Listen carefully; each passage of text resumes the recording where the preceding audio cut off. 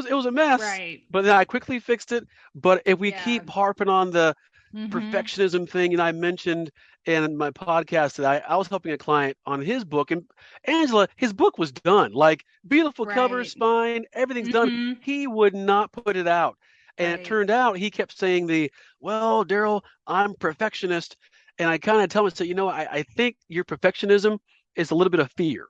That's what that Mm-hmm. kind of is. And I said, now I'm saying it with Right. grace because I've Right. been through it. I Right. know because Mm-hmm. you're afraid once you put that out, what people are going to say, the reviews, you can't control what people are going to Mm-hmm. write.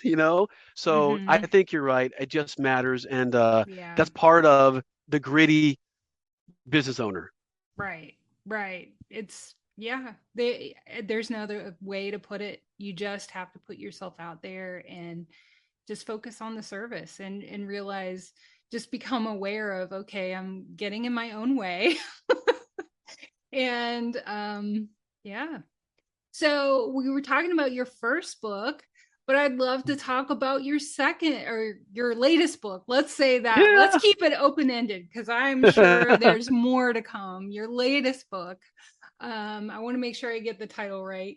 It's Be the Light: How Positive Projection Builds and Inspires an Extraordinary Workplace.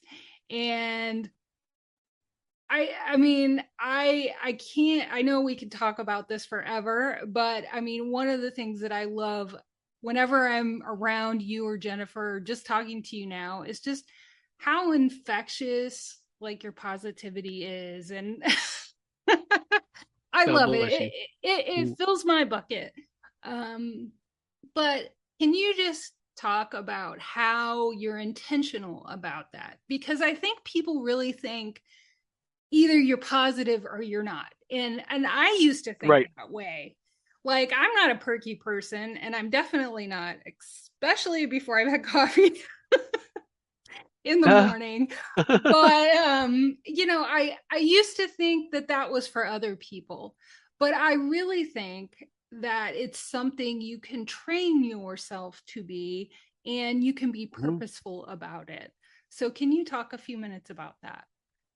Yeah, I tell you what, Angela, this is one where I struggled because that is a phrase we say in our house. Yeah. But I was thinking that's not for the world, Darryl. I don't think people want to hear that. And I remember I was doing a keynote speech for an organization. It was like 95% men and like Mhm. engineers and very Yeah. like, and I speak about be the light towards the end. And I went, Right. I'm going to take that slide out. I don't think these guys Yeah. want to hear about Be the Light. So last minute, I said, no, know what? I'm going to keep it in. This is my story, and they're going to hear it, and that's just what's going to be. And Mhm. that changed the entire presentation. I had these grown men coming up to me saying, you know what?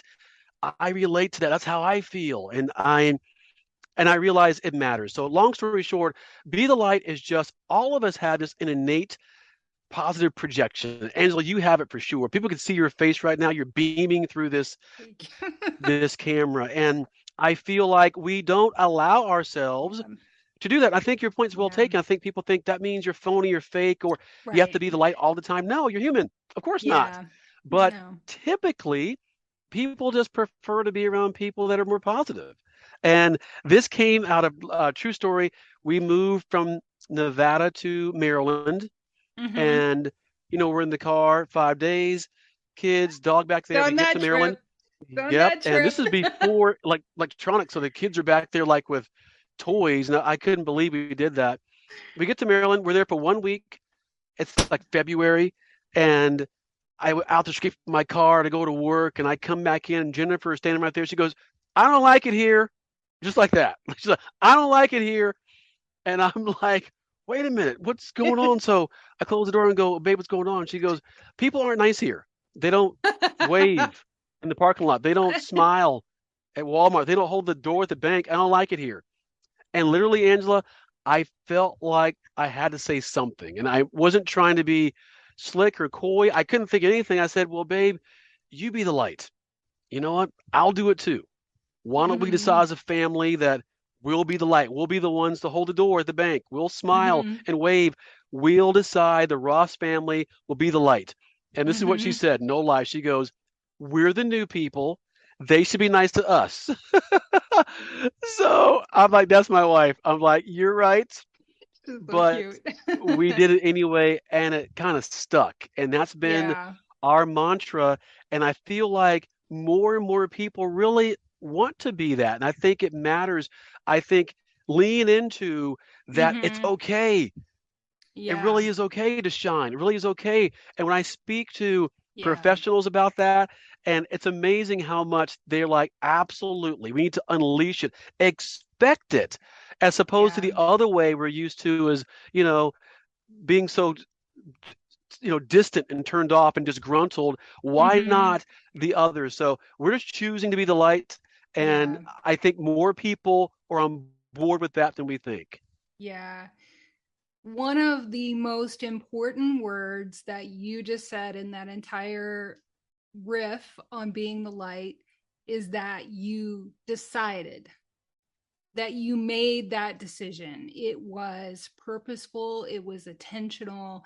And that's what we need to do, quite honestly, because there are times where I know there are other people, for example, that do what I do.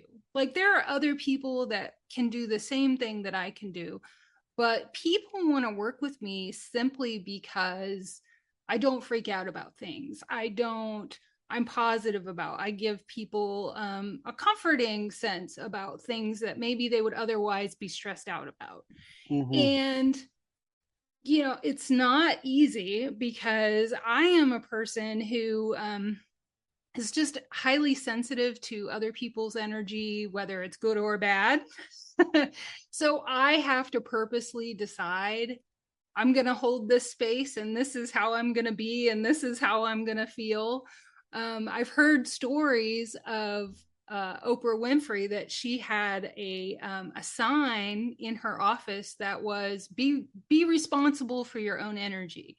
Hmm. So, I mean, and I think if we just think about that, just being mindful that no, we're not going to be perfect and no, we're not all going to be happy all the time. But if we decide how we want to feel instead of letting somebody else's mood control how we feel, like,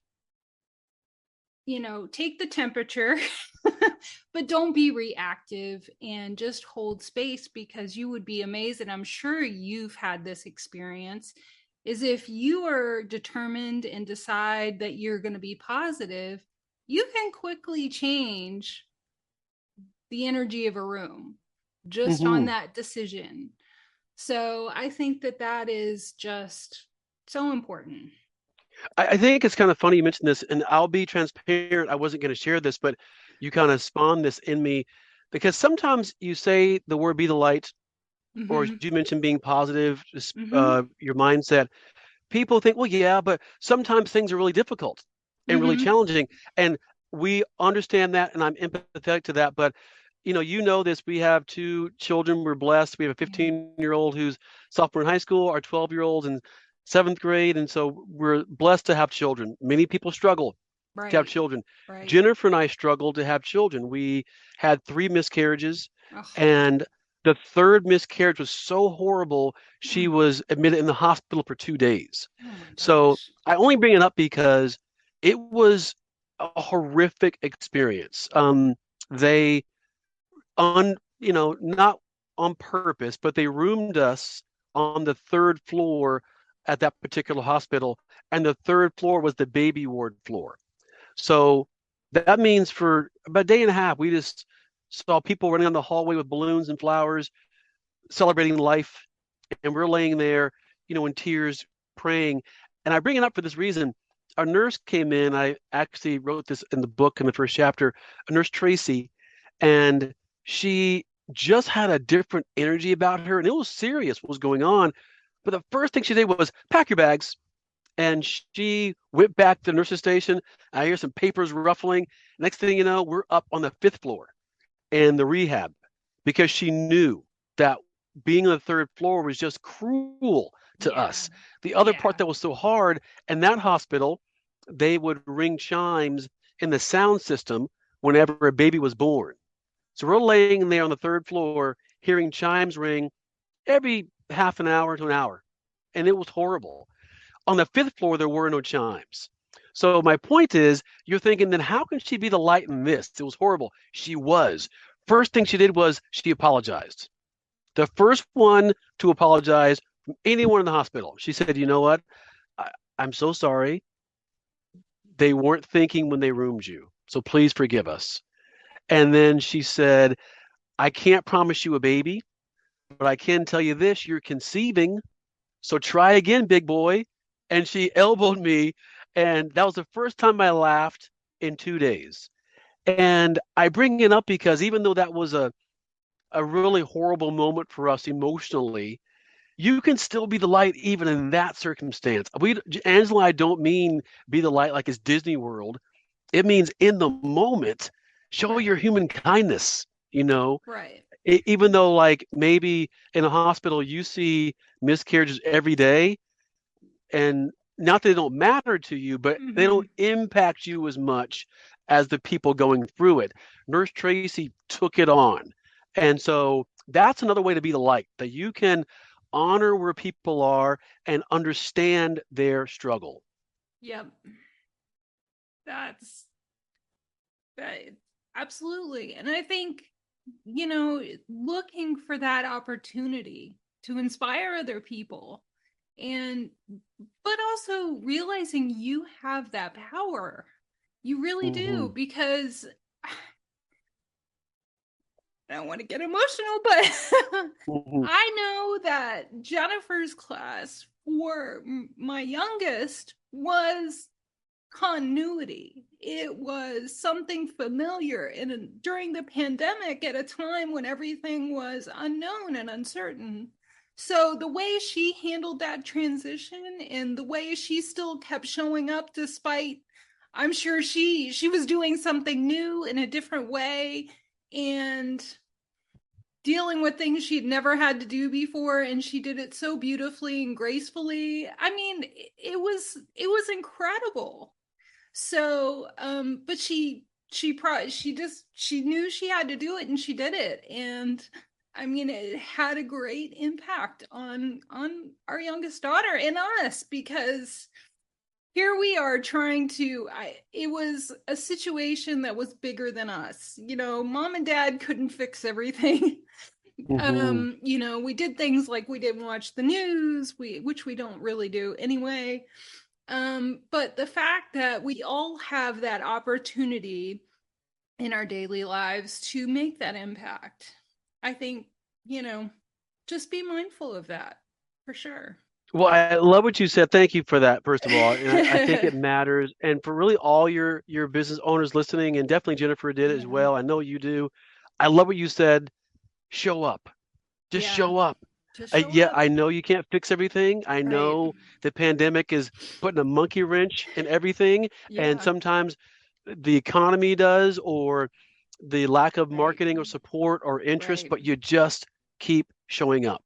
Yeah, and I talked about that on my podcast last week, that so much we put so much weight into the perfectionism, into um overthinking what it is we have to do to deliver, when actually 90% of delivering is just showing up Hmm. for your clients, and just being there and just trusting yourself that you'll figure it out, or trusting yourself that you'll inspire someone, because chances are you definitely will. But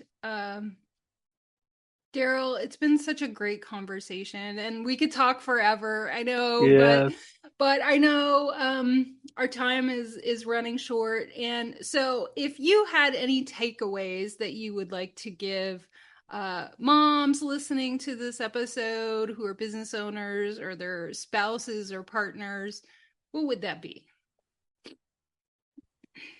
I would say truly go for it. Yeah. Absolutely go for it. A long time ago, I heard author and speaker Les Brown speak, Mm, and he said something that still triggers to me today. I think he said this in the 1980s. I mean, this is back, I think my parents had, you can go on PBS when Yeah. they show a program, and at Yeah. the end they'll say, if you want a copy of this VHS tape, like my parents bought the VHS tape, For and they said 19.99, I'm sure. yes, and a calendar and a little bag says PBS. So Right. they bought the Les Brown tape, and they Uh-huh. literally said, I want Darryl to see this. So I love the whole thing, but towards the end, he said something that I want to make sure your listeners can hear, is that some of the best ideas in the world, the cure for cancer, a great book, a great service or product, Mm-hmm. are in the graveyard. These are people that were afraid, never got out there, and never got their gift to the world. They were literally chained down by fear. Yeah. And so our best ideas never Mm-hmm. came to be. Yeah. So for your business owners, that's my wish and prayer for you, that don't be afraid, go for it. You have a gift in you, God gave you, and yeah, it's going to be hard. Yep. It's going to need grit. Yep. But you have something for other Yeah. people, and we don't want to see your gift, your joy go to the graveyard. So at the end of the day, you have a duty to serve other people. Unfortunately, that's the Yeah. curse of that gift and that idea in your Right. mind. It's your duty to develop it. Go for it. Mm. Yeah. Yeah, definitely. And um I think one of the big challenges I think we have now is that we can so easily share our gift with the world with a laptop and a cell phone. We used to have so many other more excuses, additional excuses, like I don't have the money for brick and mortar. You had to wait for somebody to give you an opportunity. We don't need to wait for any of that. We had to wait for permission. And I think now it's just about giving yourself permission to share your gift. And so it's the mindset that you speak to so much that we have to work on changing ourselves. So thank you, Darryl. It's been such a great conversation. Yeah, thank you. I literally got Oh my chills gosh. talking to you. It just really means a lot to me, and I'm honored to be at least first. I'm sure of many more of men coming on too, but They have a high I think benchmark now. yeah. Well, you're on to something. I think you're sharing your gift with the world, and just thrilled to be part of it. So thank you, Angela. Oh, I so appreciate your time. And if anybody wants to connect with you, where are the places they can connect with you? Sure. You know what? You can. My website is darrylrosslive.com. Feel free. The UnityWorks podcast.com is up as well. It's on all your podcast providers. So Mm-hmm. I am I am always open to connecting. I'm like Angela. Yep, I'll Yeah. respond. It'll be me. So if you want to reach out, but just I'm thrilled to be part of your world too. So stay blessed, gang. Thank you so much. Yeah. Thank you so much, Darryl. Such a great conversation. Bye. A special thank you again for your time. Thank you so much to Darryl for just sharing his experience. And I'm just so excited. I know there's more things to come. There are, future collaborations, future conversations, and that's so exciting. And I really would love to hear if this conversation impacted you. And if you would like to reach out and let me know, you can send me a direct message on Instagram at angela.masciulli, and that's MASCIULLI, and let me know. And like I said at the beginning of the episode, please remember to subscribe to the podcast and follow it wherever you listen to podcasts, and leave us a review. It really helps the show. It helps other people find us. It's just, it's just really amazing to see when you're just creating content and you don't know how it's impacting other people, to really get that feedback. So I appreciate your time to do that, and it's completely free. And then also share it with a friend or somebody you know who may find it helpful. And then also, I am going to leave all of Darryl's contact information and a link to his podcast, Unity Works. And I'll also leave a link to my previous podcast conversation with Jennifer Ross, who, is just equally amazing. So, so much goodness. I'm so blessed to surround myself with such great people, and I can't wait to bring you next week's conversation. Another wonderful interview is coming, so please stay tuned. I look forward to sharing that with you next week. And until then, I'm your host, Angela Micheli of the Good Enough Mompreneur Podcast. I hope you have an amazing holiday weekend, and I will talk to you next week. Bye.